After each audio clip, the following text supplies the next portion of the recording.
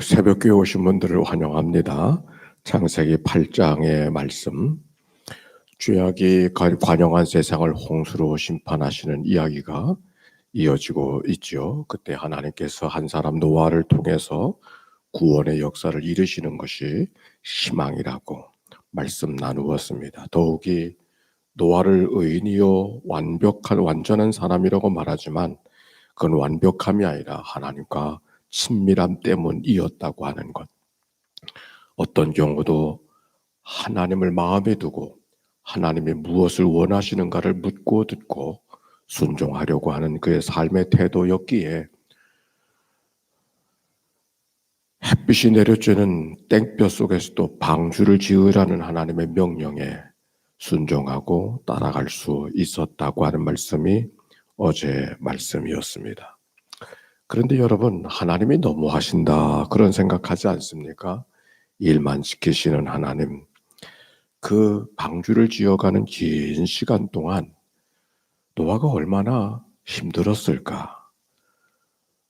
비가 와야 되는데 비도 오지 않는 그 날 속에 방주를 지어갈 때 사람들이 비웃음과 조롱거림과 비난하는 그 모습들을 어떻게 다 노아가 감내했을까라고 하는 생각을 합니다. 자, 오늘 1절의 말씀 같이 한번 읽어봅시다. 1절 말씀이에요. 시작. 하나님이 노아와 그와 함께 방주에는 모든 들짐승과 가축을 기억하사 하나님이 바람을 땅 위에 불게 하시니 물이 줄게 줄어들었고. 노아의 고독, 방주 안에서에도 큰 고독이 노아에게 있었습니다. 그러나 생각해 보니까 결코 하나님은 노아만을 두지 아니하시고 하나님의 관심이 노아만이 아니라 노아와 그와 함께 있는 방주에는 모든 들짐승과 가축을 기억하사 그랬어요.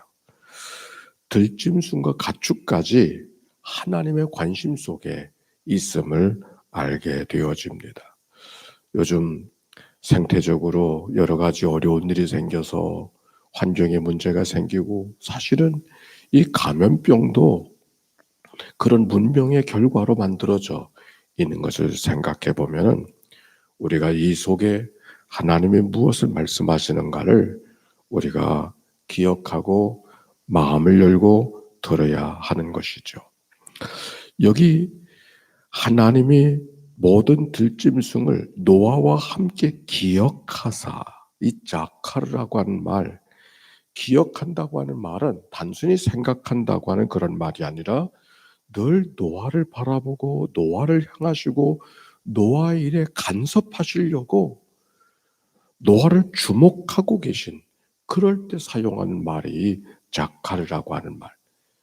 뭘 하나 보자 그저 내어버린 모습이 아니라 지금 노아가 문제가 생기면 늘 간섭하려고 도와주려고 노아 일에 개입하시려고 할 때 이 노아의 하나님이 기억하셨다고 하는 것, 무엇을 도우려고 기회를 엿보고 계시는 그런 하나님, 바로 성경은 그것을 표현하려고 하고 있는 것이죠.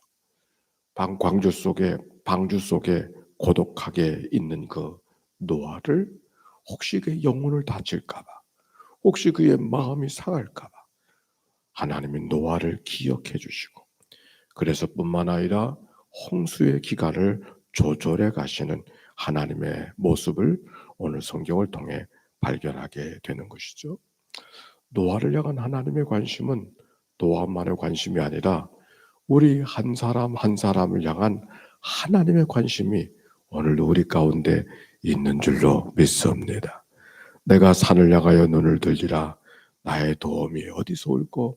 천지를 지으신 나의 하나님 여호와 영원 무궁히 나를 지키시리로다. 이 믿음의 고백이 우리들의 생활 속에 있어야 하는 거죠. 우리의 고백 가운데 하나는 하나님은 언제든지 가장 좋은 곳으로, 좋으신 하나님이 가장 좋은 곳으로 오늘도 하루를 열어주시고 순간순간 인도해 주시고 우리의 삶을 열매 맺기를 원하신다는 이 믿음의 고백이 우리 가운데 늘 있어야 할 것입니다. 자, 드디어 비가 그쳤습니다. 그런데 비가 그쳤다고 쉽게 내릴 수가 없습니다. 물이 줄어들질 않으니까. 노아의 기다림이 홍수 기간이 얼마나 되어졌는가? 7장 11절에는 600년이 되어지던 내 둘째 딸이라 그랬는데 8장 13절에는 601년 첫째 딸 초하루까지다. 거의 1년을 홍수 때문에 방주 안에 머물러 있어야 되어졌던 노아의 모습을 보게 되는 거죠.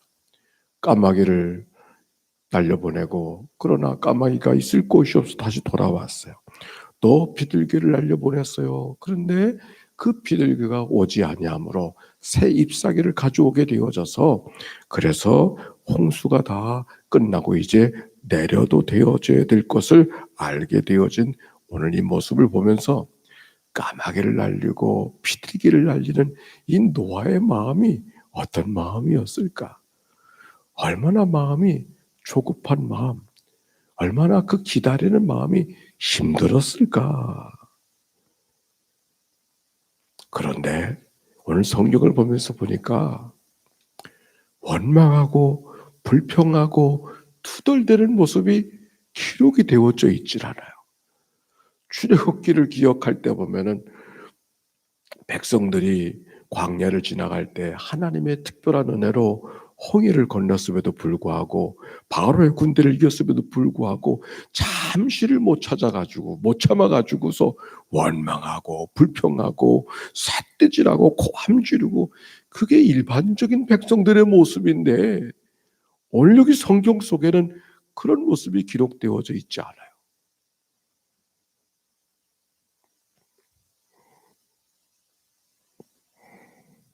생각해보면 그것이 믿음의 삶이죠. 믿음의 삶이라고 하는 것은 내가 원하는 것을 원하는 대로 얻기를 믿는 것이 아니라 하나님의 때, 하나님의 시간, 하나님의 간섭이 언제쯤, 하나님은 언제든지 가장 좋은 곳으로 가장 좋은 길로 우리의 삶을 인도해 주신다고 하는 그 믿음을 갖고 하나님의 시간을 기다리는 거. 그게 믿음 아닌가요? 골로새서를 통하여 3장 12절에 말씀 우리가 배워야 될 그리스도의 성품도 긍휼과 자비와 겸손과 온유와 오래 참음이라. 왜 원망과 불평이 없었다는 얘기가 마음에 들어오냐면 사실 성경이 우리 같은 사람을 발견할 수 있어야 성경이거든요.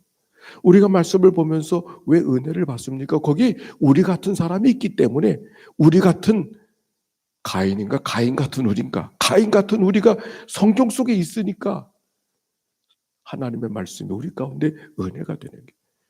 그러니까 성경의 말씀은 늘 하나님에 대한 책이기보다 하나님을 바라보고 섬기는 백성들의 책이죠. 그러니까 우리 같은 사람들의 성정이 이 노아 속에서도 발견되어야 성경이 오늘 우리들에게 주는 의미가 있는데 노아의 모습 속에 원망하고 불평하고 그런 모습이 안 보이는 거예요. 오히려 출애굽기에 백성들이 원망하고 불평하는 모습 보면 친근감이 들잖아요. 그게 나니까. 근데 오늘 성경에는 노아의 모습 속엔 그런 모습이 보여지지 않는 거예요. 아, 믿음의 삶이라는 게 뭔가? 하나님과 동행하며 살아가는 것이 뭔가 하는 것을 발견하게 되는 것이죠. 그런데 이제 모든 것이 맞춰지면서 노아를 하나님이 축복하시는 이야기가 17절에 기록이 되어져 있어요.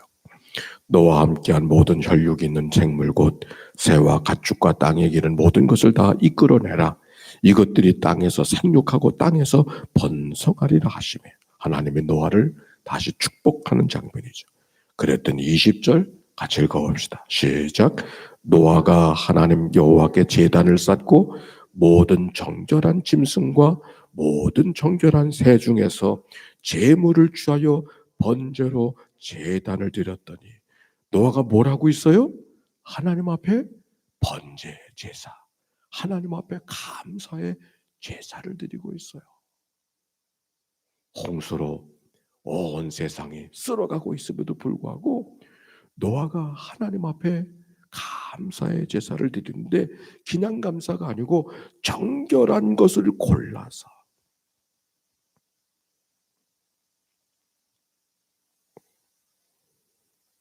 그러고 보니까 홍수가 지난 다음에야 비로소 백성들이 하나님 앞에 감사하고 있더라고요. 그 앞에는 하나님 앞에 피조가 된 인생들이 하나님 앞에 어떻게 반응했다는 말이 기록되어져 있지 않잖아요. 어떤 제사를 드렸다, 어떤 감사를 드렸다, 그런 말씀이 기록되어져 있지 않아요. 온 세상이 홍수로 황폐해지고 말하는데 살만한 세상이 된 게 아니잖아요. 하나님의 축복만 있을 뿐이지 살아가는 삶의 모습은 홍수로 쓸려진 모습이기 때문에 어디 하나 따뜻한 모습이 없었을 거예요. 다만 하나님의 축복만이 보여지는 것은 그렇게 넉넉한 모습이 아니었을 거예요. 그런데 하나님 앞에 감사의 제사를 드리고 있었다. 사실 생각해 보면 홍수로 간섭하시는 하나님의 역사가 은총이 아닌가요? 죄악이 관영한 세상을 내버려 두지 아니하시고 간섭하신 하나님. 간섭하시는 하나님께서는 그 간섭을 통해서 뭔가 백성들을 새롭게 살아가고 백성들을 바로 살게 하시고 백성들을 선하게 인도하시려는 하나님의 간섭하심이 홍수 속에 있는 것이죠. 시편 107편 4절에 이런 말씀이 있습니다. 그들이 광야 사막길에서 방황하여 거주할 성읍을 찾지 못하고 줄이고 목이 말라 그들의 영혼이 그들 안에서 피곤하였도다. 이에 그들이 근심 중에 여호와께 부르짖으니 그들의 고통에서 건지시고 또 바른 길로 인도하사, 어떤 길로?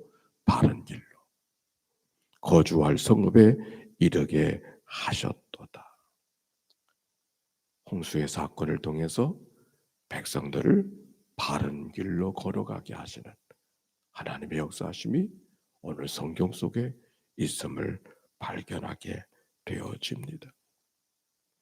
코로나, 우리에게는 참 감당할 수 없는 두려움들이 온 지구촌 속에 있지만, 그러나 이것이 단순히 그저 전염병으로만 보지 아니하고 오히려 홍수 속에 하나님의 말씀하심이 백성들을 새롭게 창조하시려는 하나님의 기대가 그 사건 속에 있었다면, 코로나 속에서는 하나님이 우리에게 뭘 말씀하고 계시는가? 귀를 열고 하나님의 마음을 읽어갈 수 있어야 이 시대를 살아가는 바른 믿음의 삶이 아닌가요? 오늘 여기 성경, 노아가 홍수가 끝났을 때 비로소 하나님 앞에 감사하고 제사를 드렸던 이 모습,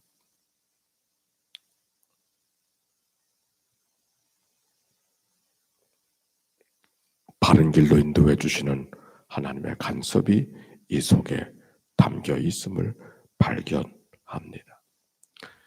질문합니다. 나는 우리들의 인생 속에 늘 지름길을 찾는 인생인가?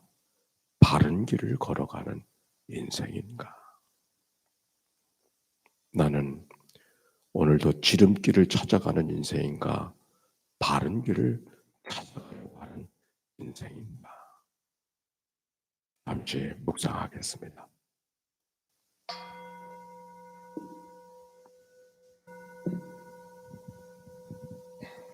만복의 근원 되신 하나님, 오늘도 하나님께서 우리의 단잠을 깨워주시고 주님의 전에 달려나와 주와 더불어 한날의 삶을 살아가도록 인도하신 하나님께 감사와 찬송과 영광을 올려드립니다.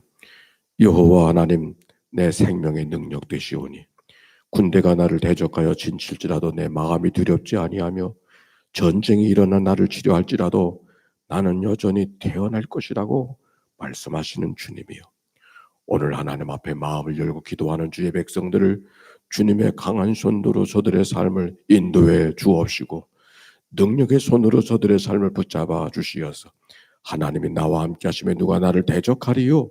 이 믿음으로 살아가는 저희들 되게 하옵소서.